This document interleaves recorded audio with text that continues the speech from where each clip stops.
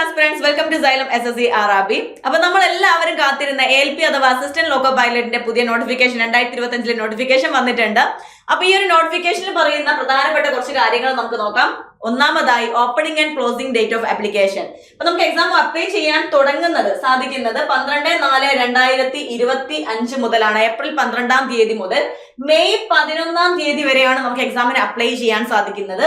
May 13-ാം തീയതി വരെ നമുക്ക് പേയ്മെന്റ് പോസിബിൾ ആയിരിക്കും. പേയ്മെന്റിന്റെ ലാസ്റ്റ് സബ്മിഷൻ ഡേറ്റ് എന്ന് പറയുന്നത് 13 മെയ് വരെയാണ്. ആൻഡ് ഇത് നിങ്ങൾ അപ്ലൈ ചെയ്തതിനു ശേഷം എന്തെങ്കിലും കറക്ഷൻസ് നിങ്ങൾക്ക് വേണമെന്നുണ്ടെങ്കിൽ കറക്ഷൻ വിൻഡോ ഓപ്പൺ ആവുന്നത് മെയ് 14 മുതൽ മെയ് 23 വരെയാണ്. ശ്രദ്ധിക്കേണ്ട കാര്യം, കഴിയുന്നതും മിസ്റ്റേക്സ് ഒന്നും വരുത്താതിരിക്കാൻ വേണ്ടി ശ്രമിക്കാം. കാരണം ഒന്നാമത് നമുക്ക് ഈ ഒരു കറക്ഷൻ എന്ത് വരുന്നുണ്ട്, ഫീ വരുന്നുണ്ട്, അവിടെ പേയ്മെന്റ് കൊടുക്കേണ്ടതായിട്ട് വരുന്നുണ്ട്. അത് മാത്രമല്ല, ആൻഡ് ഓൾറെഡി നിങ്ങൾ അക്കൗണ്ട് ഒന്നും ഇല്ലാത്തവരാണെങ്കിൽ, ആദ്യമായിട്ട് രജിസ്റ്റർ ചെയ്യുന്ന ആൾക്കാരാണെങ്കിൽ, രജിസ്റ്റർ ചെയ്യുന്ന സമയത്ത് നിങ്ങൾ കൊടുക്കുന്ന ബേസിക് ഡീറ്റെയിൽസ് ഒന്നും നമുക്ക് പിന്നീട് എന്ത് ചെയ്യാൻ പറ്റില്ല, കറക്റ്റ് ചെയ്യാൻ പറ്റില്ല എന്നുള്ളത് ഓർത്ത് വെക്കുക. അതേപോലെ തന്നെ നിങ്ങൾ ചൂസ് ചെയ്യുന്ന RRB നിങ്ങൾക്ക് എന്ത് ചെയ്യാൻ പറ്റില്ല, മാറ്റാൻ പറ്റില്ല, കറക്റ്റ് ചെയ്യാൻ പറ്റില്ല. അതുകൊണ്ട് തന്നെ മാക്സിമം മിസ്റ്റേക്സ് ഒന്നും വരുത്താതിരിക്കാൻ വേണ്ടി ശ്രമിക്കാം. അടുത്തതായിട്ട് നമുക്ക് നോക്കുകയാണെങ്കിൽ ഇവിടെ ഒരു കാര്യം പറയുന്നത്, നിങ്ങളിപ്പം ഈ ഒരു point, candidates waiting for final results of prescribed educational or technical qualification are not eligible to apply എന്ന് പറയുന്നുണ്ട്. വേറൊന്നുമല്ല, നമുക്കിവിടെ ALPയുടെ ക്വാളിഫിക്കേഷൻ, എഡ്യൂക്കേഷൻ ക്വാളിഫിക്കേഷൻ പറയുന്നതിൽ ആ ഒരു ക്വാളിഫിക്കേഷൻ നിങ്ങൾ എക്സാം എഴുതിയിരിക്കുന്നവരാണെങ്കിൽ നിങ്ങൾക്ക് ഈ ഒരു എക്സാമിന് ഈ ഒരു ALP എക്സാമിന് അപ്ലൈ ചെയ്യാനുള്ള ക്രൂഷ്യൽ ഡേറ്റ്, അതിന്റെ ക്ലോസിംഗ് ഡേറ്റിന് മുന്നേ നിങ്ങളുടെ റിസൾട്ട് വന്ന് നിങ്ങൾ എക്സാം ക്ലിയർ ചെയ്തിട്ടുണ്ടെങ്കിൽ മാത്രമേ നിങ്ങൾക്ക് എന്ത് ചെയ്യാൻ പറ്റുള്ളൂ, ഈ ഒരു എക്സാമിന് അപ്ലൈ ചെയ്യാൻ സാധിക്കുള്ളൂ. എഡ്യൂക്കേഷൻ ക്വാളിഫിക്കേഷൻ ഞാൻ പയ്യെ പറയാം. അപ്പം ജസ്റ്റ് എക്സാം എഴുതി കഴിഞ്ഞവരാണ് എന്നുള്ളത് കൊണ്ട് മാത്രം എന്ത് ചെയ്യാൻ പറ്റില്ല, എക്സാമിന് അപ്ലൈ ചെയ്യാൻ പറ്റില്ല എന്നുള്ളത് കൂടെ ഒന്ന് ഓർത്ത് വെക്കാം. അടുത്തത് പറയുകയാണെങ്കിൽ, നിങ്ങൾക്ക് ഇത് അപ്ലൈ ചെയ്യുന്നതിന്റെ ഫസ്റ്റ് സ്റ്റെപ്പ് എന്ന് പറയുന്നത് നിങ്ങൾക്ക് RRBയിൽ ഒരു അക്കൗണ്ട് ക്രിയേറ്റ് ചെയ്യാന്നുള്ളതാണ്. ഓൾറെഡി നിങ്ങൾ വേറെ ഏതെങ്കിലും റെയിൽവേ എക്സാമിന് വേണ്ടിയിട്ട് ഓൾറെഡി അക്കൗണ്ട് ക്രിയേറ്റ് ചെയ്തിട്ടുണ്ടെങ്കിൽ അതേ അക്കൗണ്ട് യൂസ് ചെയ്തിട്ട് നിങ്ങൾക്ക് ALP എക്സാമിന് എന്ത് ചെയ്യാൻ പറ്റും, രജിസ്റ്റർ ചെയ്യാൻ സാധിക്കും. പക്ഷെ അതല്ല, ഇതുവരെ വേറെ ഒന്നും അപ്ലൈ ചെയ്തിട്ടില്ല, ആദ്യമായിട്ടാണ് നിങ്ങൾ ഒരു റെയിൽവേ എക്സാമിന് അപ്ലൈ ചെയ്യുന്നതെങ്കിൽ നിങ്ങൾ പുതുതായിട്ട് എന്ത് ചെയ്യണം, ഒരു അക്കൗണ്ട് ക്രിയേറ്റ് ചെയ്യേണ്ടതായിട്ടുണ്ട്. അതിൽ അക്കൗണ്ട് ക്രിയേറ്റ് ചെയ്യുമ്പോൾ ശ്രദ്ധിക്കേണ്ട കാര്യം എന്ന് പറയുന്നത്, നിങ്ങൾക്കൊരു പേഴ്സണൽ മൊബൈൽ നമ്പറും, ആക്റ്റീവ് ആയിട്ടുള്ള മൊബൈൽ നമ്പറും വാലിഡ് ആയിട്ടുള്ള ഇമെയിൽ ഐഡിയും എന്തായിരിക്കണം, നിങ്ങളുടെ കയ്യിൽ ഉണ്ടായിരിക്കണം. അത് യൂസ് ചെയ്തിട്ടാണ് നിങ്ങൾ അക്കൗണ്ട് ക്രിയേറ്റ് ചെയ്യേണ്ടത്. ശ്രദ്ധിക്കുക, നിങ്ങൾ അങ്ങോട്ടേക്ക് പോകുന്ന സമയത്ത്, ഇനി മുന്നോട്ടേക്ക് എപ്പോഴും നിങ്ങൾ ഏത് എക്സാമിന് അപ്ലൈ ചെയ്യുന്ന സമയത്താണെങ്കിലും, അല്ലെങ്കിൽ ഈ ഒരു എക്സാമിന് അപ്ലൈ ചെയ്ത എക്സാമിന് വേണ്ടിയിട്ടുള്ള ഫർദർ ആയിട്ടുള്ള ഫ്യൂച്ചർ റെഫറൻസിന് വേണ്ടിയിട്ടും നിങ്ങൾക്ക് ഈ മെയിൽ ഐഡിയും ഈ ഒരു മൊബൈൽ നമ്പറും നിങ്ങളുടെ കയ്യിൽ നിങ്ങൾ യൂസ് ചെയ്യുന്നത് തന്നെ ഇവിടെ കൊടുക്കാൻ വേണ്ടി ശ്രമിക്കാം. അല്ലെങ്കിൽ കാരണം OTPയും കാര്യങ്ങളൊക്കെ വരുന്നത് അതിലോട്ടായിരിക്കും. അപ്പം പിന്നീട് മാറ്റാനും നിങ്ങൾക്ക് സാധിക്കില്ല. നിങ്ങൾ എപ്പോഴാണോ അക്കൗണ്ട് ക്രിയേറ്റ് ചെയ്യുമ്പോൾ ഏത് മൊബൈൽ നമ്പറും ഏത് മെയിൽ ID ആണോ കൊടുത്തിരിക്കുന്നത് അത് തന്നെ നിങ്ങളുടെ ഫ്യൂച്ചർ ആയിട്ടുള്ള പർപ്പസിന് വേണ്ടിയിട്ട് നിങ്ങൾക്ക് യൂസ് ചെയ്യാൻ പറ്റുള്ളൂ. അപ്പൊ അതൊരിക്കലും മാറ്റാൻ പറ്റില്ല എന്നുള്ള ബോധ്യത്തോടു കൂടെ നിങ്ങൾ എന്ത് ചെയ്യുക, ഇതൊക്കെ യൂസ് ചെയ്യാം. പിന്നീട് ഇവിടെ നോക്കുകയാണെങ്കിൽ വേറൊരു കാര്യം അവർ പറയുന്നത്, നമുക്കിത് നിങ്ങൾ അക്കൗണ്ട് ക്രിയേറ്റ് ചെയ്യുന്ന സമയത്ത് തന്നെ ആധാർ വെച്ചിട്ട് ആധാർ നമ്മൾ ഒതന്റിക്കേറ്റ് ചെയ്തിട്ടുണ്ടെങ്കിൽ, അതായത് ആധാർ വെച്ചാണ് അപ്ലൈ ചെയ്യുന്നത്, നിങ്ങളുടെ തിരിച്ചറിയൽ കാർഡായിട്ട് നിങ്ങൾ കൊടുക്കുന്നത് ആധാർ ആണെങ്കിൽ കുറച്ചുകൂടെ പ്രോസസ് എല്ലാം സ്മൂത്ത് ആയിരിക്കും എന്ന് പറയുന്നുണ്ട്. വേറെ ഒന്നാലും ആപ്ലിക്കേഷനും കാര്യങ്ങളൊക്കെ കൊടുക്കുമ്പോൾ നിങ്ങൾക്ക് ഒരുപാട് സ്ക്രൂട്ടിനി ഒന്നും വരില്ല, വലിയ ബുദ്ധിമുട്ടൊന്നും ഉണ്ടാവില്ല എന്നുള്ളത് പറയുന്നുണ്ട്. അതിന് പകരം വേറെ ഏതെങ്കിലും ഓൾട്ടർനേറ്റ് ആയിട്ടുള്ള ഫോട്ടോ ID ആണ് കൊടുക്കുന്നതെങ്കിൽ they will be subjected to significantly stricter and more detailed scrutiny at every stage of recruitment എന്ന് പ്രത്യേകം പറയുന്നുണ്ട്. അപ്പൊ ആധാർ കൊടുക്കുന്നതായിരിക്കും നല്ലതെന്നാണ് അവിടെ പറയുന്നത്. പിന്നെ നേരത്തെ പറഞ്ഞ കാര്യമാണ്, ഏറ്റവും പ്രധാനപ്പെട്ട കാര്യമാണ്, 12 ഡീറ്റെയിൽസ് വെച്ചിട്ടാണ് നമ്മൾ എന്ത് ചെയ്യുന്നത്, ക്രിയേറ്റ് ചെയ്യാൻ അക്കൗണ്ട് കൊടുക്കുന്നത്. അതായത് ആദ്യമായിട്ട് രജിസ്റ്റർ ചെയ്യുന്ന ആൾക്കാർ ആദ്യമായിട്ട് ഒരു അക്കൗണ്ട് ക്രിയേറ്റ് ചെയ്യുമ്പോൾ നമ്മൾ 12 ബേസിക് ഡീറ്റെയിൽസ് കൊടുക്കുന്നുണ്ട്.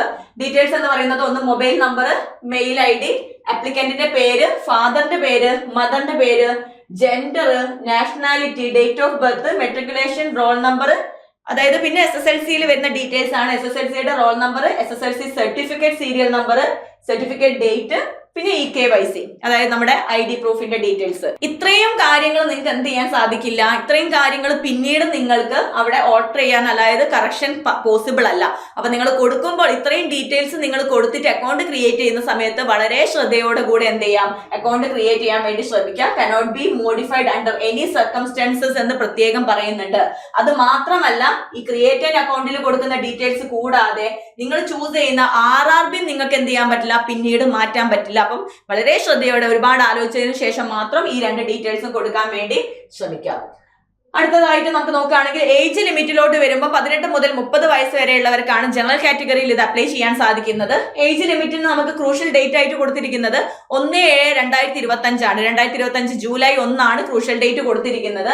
അതിൽ തന്നെ ഏജ് റിലാക്സേഷൻ വരുന്നത് SC or ST ആണെങ്കിൽ 5 വർഷം, OBC 3 വർഷം, അതേപോലെ എക്സ് സർവീസ് മെന്നിനും അതേപോലെ തന്നെ PWD അങ്ങനെ എല്ലാ കാറ്റഗറീസിലുള്ള ആളുകൾക്കും എന്ത് തന്നിട്ടുണ്ട്, ഏജ് റിലാക്സേഷൻ, അവരുടേതായുള്ള ഏജ് റിലാക്സേഷൻ പറയുന്നുണ്ട്. ഇനി അതേപോലെ നമുക്ക് അപ്പർ ഏജ് ലിമിറ്റും ലോവർ ഏജ് ലിമിറ്റും ഇയർ വൈസ് നോക്കുകയാണെങ്കിൽ അത് ബേസിക് ആയിട്ടുള്ള 3 കാറ്റഗറിയുടെ അത് പറയുന്നുണ്ട് ഇവിടെ. ഇപ്പോൾ OBC അല്ല, ഫസ്റ്റ് UR നോക്കുകയാണെങ്കിൽ, ജനറൽ കാറ്റഗറി നോക്കുകയാണെങ്കിൽ upper limit of date of birth എന്ന് പറയുന്നത്, അതായത് UR കാറ്റഗറിയിൽ എക്സാമിന് അപ്ലൈ ചെയ്യാൻ സാധിക്കുന്ന അപ്പർ ലിമിറ്റ് എന്ന് പറയുന്നത് 27/1995 ആണ്. 1995 ജൂലൈ 2 ശേഷം ജനിച്ച ആളുകൾക്ക് മാത്രമേ എന്ത് ചെയ്യാൻ പറ്റുള്ളൂ, അപ്ലൈ ചെയ്യാൻ സാധിക്കുള്ളൂ. അതിന് മുന്നേ ഉള്ള ആളുകൾക്ക് സാധിക്കില്ല. OBC ആണെങ്കിൽ 2/7/1992 ശേഷം ജനിച്ച ആളുകളും, SC or ST ആണെങ്കിൽ 1990 ശേഷം ജനിച്ച ആളുകളും. പിന്നെ ലോവർ ലിമിറ്റ് എല്ലാവർക്കും സെയിം ആണ്. 18 വയസ്സ് പൂർത്തിയായിട്ടുള്ള ആളുകൾക്ക് മാത്രമേ അപ്ലൈ ചെയ്യാൻ സാധിക്കുള്ളൂ. അതായത് 1/7/2007 മുന്നേ ജനിച്ച ആളുകൾക്ക് മാത്രം, 1/7/2007 ശേഷം ജനിച്ച ആളുകൾക്ക് എന്ത് ചെയ്യാൻ പറ്റില്ല, അപ്ലൈ ചെയ്യാൻ സാധിക്കില്ല. അപ്പൊ ഇത്രയും കാര്യങ്ങളാണ് നമുക്ക് ഏജ് റിലാക്സേഷനും ഏജ് ലിമിറ്റിന്റെ കേസ് വരെയാണെങ്കിൽ നോക്കാനുള്ളത്. അടുത്തതായിട്ട് നമുക്ക് എക്സാമിനേഷൻ ഫീ നോക്കുകയാണെങ്കിൽ ജനറൽ കാറ്റഗറിക്ക് എക്സാമിനേഷൻ ഫീ വരുന്നത് 500 രൂപയാണ്. അതിൽ നമുക്ക് 400 എന്താണ് റീഫണ്ട് ചെയ്യുന്ന എമൗണ്ട് ആണ്.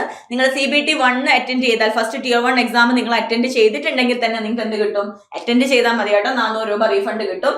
ഇനി ജനറൽ കാറ്റഗറി അല്ലാതെ മറ്റ് SC, ST, ex service men, female, transgender, minorities, EBC ഇത്രയും ഇതിൽ പെടുന്ന ആളുകൾക്കൊക്കെ ഫീസ് വരുന്നത് 250 രൂപയാണ്. ഇതിൽ 250 രൂപയും റീഫണ്ടബിൾ ആണ്. കുറച്ച് ബാങ്ക് ചാർജ് ഡിഡക്ട് ചെയ്തതിന് ശേഷം ബാക്കി നിങ്ങൾക്ക് റീഫണ്ട് ആയിട്ട്, അതായത് നിങ്ങൾ CBT 1 അറ്റൻഡ് ചെയ്തതിന് ശേഷം നിങ്ങൾക്ക് എന്ത് ചെയ്യും, തിരിച്ചു കിട്ടുന്നതാണ്.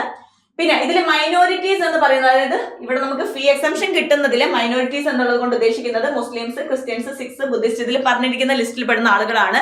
ശ്രദ്ധിക്കേണ്ട കാര്യം, അവരത് കൊടുക്കുന്നുണ്ടെങ്കിൽ ഇതിന്റെ ഒരു അഫിഡവിറ്റ് നിങ്ങൾ തയ്യാറാക്കേണ്ടി വരും. മൈനോറിറ്റി കമ്മ്യൂണിറ്റി ഡിക്ലറേഷന്റെ ഒരു അഫിഡവിറ്റ് നിങ്ങൾ പ്രിപ്പയർ ചെയ്യേണ്ടി വരും. അതില്ലെങ്കിൽ നിങ്ങൾ എന്ത് ചെയ്യും, കാൻഡിഡേച്ചർ നിങ്ങൾ റിജക്ട് ചെയ്യും. ഡോക്യുമെന്റ് വെരിഫിക്കേഷന്റെ സമയത്ത് നിങ്ങളുടെ കാൻഡിഡേച്ചർ അത് അവർ റിജക്ട് ചെയ്യുന്നു പ്രത്യേകം പറഞ്ഞിട്ടുണ്ട്. അതുകൊണ്ട് ഇതൊക്കെ കൊടുക്കുന്ന സമയത്ത് എന്ത് ചെയ്യുക, ശ്രദ്ധിച്ച് അതിൻ്റെതായുള്ള ഡോക്യുമെന്റ് ഉണ്ടാക്കിയതിനു ശേഷം മാത്രം കൊടുക്കാം. അതേപോലെ എക്കണോമിക്കലി ബാക്ക്വേർഡ് ക്ലാസ് എന്ന് പറയുന്നത് നിങ്ങളുടെ ആനുവൽ ഇൻകം 50,000 താഴെ പെടുന്ന കാറ്റഗറി പെടുന്ന ആൾക്കാരാണ്. ഇതിൽ ഞാൻ കൊടുത്തിട്ടില്ല, പക്ഷെ ഇവർക്കും എന്തുണ്ട്, അവരുടെ ഈ ഒരു അഫിഡവിറ്റും രേഖകളും കാര്യങ്ങളും ഉണ്ടാക്കിയതിനു ശേഷം മാത്രമേ ഇങ്ങനെ ഒരു ഫീ എക്സംഷൻ ഉണ്ടെങ്കിൽ കൊടുക്കാൻ പാടുള്ളൂ. പിന്നെ ശ്രദ്ധിക്കേണ്ട കാര്യം, EBC എന്ന് പറയുന്നത് ഫീ എക്സംഷന് വേണ്ടി മാത്രം പറയുന്നതാണ്. ഇവർക്ക് എന്തില്ല, റിസർവേഷൻ ഇല്ല എന്നുള്ളത് പ്രത്യേകം പറയുന്നുണ്ട്. നെക്സ്റ്റ് നോക്കുകയാണെങ്കിൽ നമുക്ക് മെഡിക്കൽ ഫിറ്റ്നസ് നോക്കുകയാണെങ്കിൽ A1 ആണ് മെഡിക്കൽ സ്റ്റാൻഡേർഡ് പറയുന്നത്. അതായത് A1 പ്രത്യേകിച്ച് വിഷൻ സ്റ്റാൻഡേർഡ് നോക്കുകയാണെങ്കിൽ ഡിസ്റ്റന്റ് വിഷൻ, ലോങ് വിഷൻ ആണെങ്കിൽ 6/6 വിത്തൗട്ട് ഗ്ലാസസ് ആണ് പറയുന്നത്. വിത്തൗട്ട് ഗ്ലാസ് 6/6 വേണം എന്നുള്ളതാണ്. നിയർ വിഷൻ ആണെങ്കിൽ 0.6 ആണ്. അതേപോലെ തന്നെ കളർ വിഷനും, ബൈനോക്കുലർ വിഷനും, ഫീൽഡ് ഓഫ് വിഷനും, നൈറ്റ് വിഷൻ, മെസോപിക് വിഷൻ തുടങ്ങിയ കാഴ്ചയ്ക്ക് പ്രാധാന്യം കൊടുക്കുന്നതാണ്. ഇതെല്ലാം എന്തായിരിക്കണം, ഈ ടെസ്റ്റുകളെല്ലാം പാസ് ആയിട്ടുണ്ടായിരിക്കണം എന്ന് പ്രത്യേകം പറയുന്നുണ്ട്. ഇനി നമ്മുടെ റിക്രൂട്ട്മെന്റ് പ്രോസസ്സ് നോക്കുകയാണെങ്കിൽ ഡീറ്റെയിൽഡ് ആയിട്ടുള്ള റിക്രൂട്ട്മെന്റ് പ്രോസസ്സും ഇതിന്റെ ഏറ്റവും പ്രധാനപ്പെട്ട മറ്റു പല കാര്യങ്ങളും എന്ത് ചെയ്യാം, നമുക്ക് വേറൊരു വീഡിയോ ആയിട്ട് തന്നെ ചെയ്യുന്നതാണ്. ജസ്റ്റ് ബ്രീഫ് ആയിട്ടൊന്ന് നോക്കുകയാണെങ്കിൽ റിക്രൂട്ട്മെന്റ് പ്രോസസ്സിൽ വരുന്നത് നമുക്ക് CBT 1 നിങ്ങൾക്കറിയാം Tier 1 ആണ്. അതിലെ ഫസ്റ്റ് സ്റ്റേജ് ഓഫ് എക്സാം ആണ്, കമ്പ്യൂട്ടർ ബേസ്ഡ് എക്സാമിനേഷൻ ആണ്, അത് ക്വാളിഫയിങ് ആണ്. CBT 1 ക്ലിയർ ചെയ്ത ആൾക്കാർക്ക് സെക്കൻഡ് സ്റ്റേജ് എക്സാം CBT 2 വരുന്നുണ്ട്. പിന്നെ അത് കഴിഞ്ഞിട്ട് CBAT വരുന്നുണ്ട്. ഇത്രയുമാണ് 3 നമുക്ക് ഈ ഒരു എക്സാം പാറ്റേൺ വരുന്നത്. അത് കഴിഞ്ഞ് പിന്നെ ഡോക്യുമെന്റ് വെരിഫിക്കേഷനും മെഡിക്കൽ എക്സാമിനേഷനും കഴിയുന്നതോടുകൂടെ നമുക്ക് ഈ ഒരു റിക്രൂട്ട്മെന്റ് പ്രോസസ്സ് കഴിയും. അപ്പൊ അതിൽ ഏറ്റവും മെയിൻ ആയിട്ട് 3 കാര്യങ്ങൾ, CBT 1, CBT 2, പിന്നെ കമ്പ്യൂട്ടർ ബേസ്ഡ് ആപ്റ്റിറ്റ്യൂഡ് ടെസ്റ്റ് അല്ലെങ്കിൽ CBAT. അപ്പൊ ഇതിന്റെ ഡീറ്റെയിൽഡ് ആയിട്ടുള്ള ഒരു വീഡിയോ നമ്മൾ ഉടനെ തന്നെ വീഡിയോ ചെയ്യുന്നതാണ്. നമുക്ക് അതിൽ കൂടുതലായിട്ടുള്ള കാര്യങ്ങളൊക്കെ അതിന്റെ എക്സ്പ്ലെയിൻ ചെയ്യുന്ന കാര്യങ്ങളൊക്കെ നമുക്ക് അവിടെ ചെയ്യാം. പിന്നെ ഇതിൽ നമുക്ക് assistant loco pilot education qualification ഞാൻ പറഞ്ഞു. ഇതിൽ നോക്കുകയാണെങ്കിൽ അതിൽ ഒന്നാമത് പറഞ്ഞിരിക്കുന്നത് മെട്രിക്കുലേഷൻ അല്ലെങ്കിൽ SSLC plus ITI from recognised institution. അതിൽ ഏതൊക്കെ ട്രേഡ് ആണ് സാധിക്കുക എന്നുള്ളത് പറയുന്നുണ്ട്. ഫിറ്ററി, ഇലക്ട്രീഷ്യൻ, ഇൻസ്ട്രുമെന്റ് തുടങ്ങി ITIയുടെ ഏതൊക്കെ ട്രേഡ് ആണെന്നുള്ളത് പറയുന്നുണ്ട്. SSLC പ്ലസ് ITI ആണ് ഒന്നാമത്തെ ക്വാളിഫിക്കേഷൻ പറയുന്നത്. അതല്ലെങ്കിൽ SSLC plus act apprenticeship in the trades. ഈ പറഞ്ഞിരിക്കുന്ന ട്രേഡ്സിലെല്ലാം ആക്ട് അപ്രന്റീസ്ഷിപ്പ് ഉണ്ടെങ്കിലും എന്ത് സാധിക്കും, നിങ്ങൾക്ക് അപ്ലൈ ചെയ്യാൻ സാധിക്കും. ഇനി അതും അല്ലെങ്കിൽ മെട്രിക്കുലേഷൻ അല്ലെങ്കിൽ SSLC പ്ലസ് ഡിപ്ലോമ 3 വർഷത്തെ ഡിപ്ലോമ അല്ലെങ്കിൽ എഞ്ചിനീയറിംഗ് ഏതെങ്കിലും ഒരു സ്ട്രീമിൽ നിങ്ങൾക്ക് എഞ്ചിനീയറിംഗ് ക്വാളിഫിക്കേഷൻ ഉണ്ടെങ്കിലും എന്ത് ചെയ്യാൻ സാധിക്കും, ഈ ഒരു ALP എന്ന് പറയുന്ന പോസ്റ്റിലോട്ട് നിങ്ങൾക്ക് അപ്ലൈ ചെയ്യാൻ സാധിക്കുന്നതാണ്. വീണ്ടും ഓർമ്മിപ്പിക്കുകയാണ്, ഇതിൽ പറഞ്ഞിരിക്കുന്ന ക്വാളിഫിക്കേഷൻ എല്ലാം തന്നെ നിങ്ങൾ എന്ത് ചെയ്തിരിക്കണം, എക്സാമിന്റെ അപ്ലൈ ചെയ്യുന്നതിന് മുന്നേ ഇതിന്റെ റിസൾട്ട് നിങ്ങൾക്ക് വന്നിട്ടുണ്ടെങ്കിൽ മാത്രമേ അപ്ലൈ ചെയ്യാൻ സാധിക്കുള്ളൂ. ആൻഡ് ഫൈനലി നമുക്ക് നോക്കുകയാണെങ്കിൽ നമ്മുടെ വേക്കൻസി ലിസ്റ്റും കൂടെ ഇതിൽ തന്നിട്ടുണ്ട്. എത്രത്തോളം വേക്കൻസി ഉണ്ടെന്നുള്ളതും കൂടെ നമുക്ക് ഇവിടെ പറഞ്ഞിട്ടുണ്ട്. നിങ്ങളുടെ വേക്കൻസി എന്ന് പറയുന്നത് ഓക്കെ, ഇവിടെ പറയുന്നത് നോക്കിയാൽ നമുക്ക് മനസ്സിലാവും. ഓരോ RRBയുടെയും അതിന്റെ അണ്ടറിൽ വരുന്ന വേക്കൻസി, സോൺ വൈസ് വേക്കൻസീസും തന്നിട്ടുണ്ട്. അതിൽ തന്നെ UR, SC, ST, OBC ഒക്കെ വരുന്ന വേക്കൻസി തന്നിട്ടുണ്ട്. നമുക്ക് ടോട്ടൽ വേക്കൻസി എടുത്ത് നോക്കുകയാണെങ്കിൽ 9970 വേക്കൻസീസ് ആണ് ടോട്ടൽ എല്ലാ സോണിലും കൂടെ നമുക്ക് ഇപ്പോൾ റിപ്പോർട്ട് ചെയ്തിരിക്കുന്നത്. അതിനി ഭാവിയിൽ കൂടാനുള്ള സാധ്യതയുണ്ട്. അതും പ്രത്യേകിച്ച് നോട്ടിഫിക്കേഷനിൽ പറഞ്ഞിട്ടുണ്ട്. മാറ്റം ഉണ്ടായേക്കാം, എന്തെങ്കിലും കൂടുതലാണെങ്കിൽ അത് അപ്ഡേറ്റ്സ് പിന്നീട് വരുന്നതായിരിക്കും. അപ്പൊ ഇത്രയാണ് ബേസിക്കലി നമുക്ക് ഈ ഒരു നോട്ടിഫിക്കേഷനെ കുറിച്ച് പറയാനുള്ളത്. അപ്പം കൂടുതലായിട്ടുള്ള വീഡിയോസ് ഇതിൽ തന്നെ നിങ്ങൾ അറിയേണ്ട, ഇപ്പം എക്സാം ഡീറ്റെയിൽസ് ആണെങ്കിലും സിലബസ് തുടങ്ങിയിട്ടുള്ള കൂടുതലായിട്ടുള്ള വീഡിയോസ് ആയിട്ട് നമ്മൾ ഉടനെ തന്നെ വരുന്നതാണ്. Stay tune. ആൻഡ് ഓൾസോ പ്രധാനപ്പെട്ട ഒരു കാര്യം കൂടെ പറഞ്ഞുകൊണ്ട് വൈൻഡപ്പ് ചെയ്യാണ്. ഇൻ കേസ് ആരെങ്കിലും LP എക്സാമിന് വേണ്ടി പ്രിപ്പയർ ചെയ്യാൻ താല്പര്യമുണ്ടെങ്കിൽ, സൈലത്തിന് കൂടെ പ്രിപ്പയർ ചെയ്യാൻ താല്പര്യമുണ്ടെങ്കിൽ നമ്മുടെ ബാച്ച് നമ്മൾ സ്റ്റാർട്ട് ചെയ്യാണ്. 29 ഏപ്രിലിനാണ് നമ്മുടെ പുതിയ ബാച്ച് സ്റ്റാർട്ട് ചെയ്യുന്നത്, LP ഗ്രേഡ് അപ്പ് ബാച്ച്. അപ്പം ജോയിൻ ചെയ്യാൻ താല്പര്യമുള്ളവർ പെട്ടെന്ന് തന്നെ താഴെ കാണുന്ന നമ്പറിൽ വിളിക്കുക. നിങ്ങളുടെ അഡ്മിഷൻ പെട്ടെന്ന് തന്നെ ഉറപ്പാക്കുക. Thank you.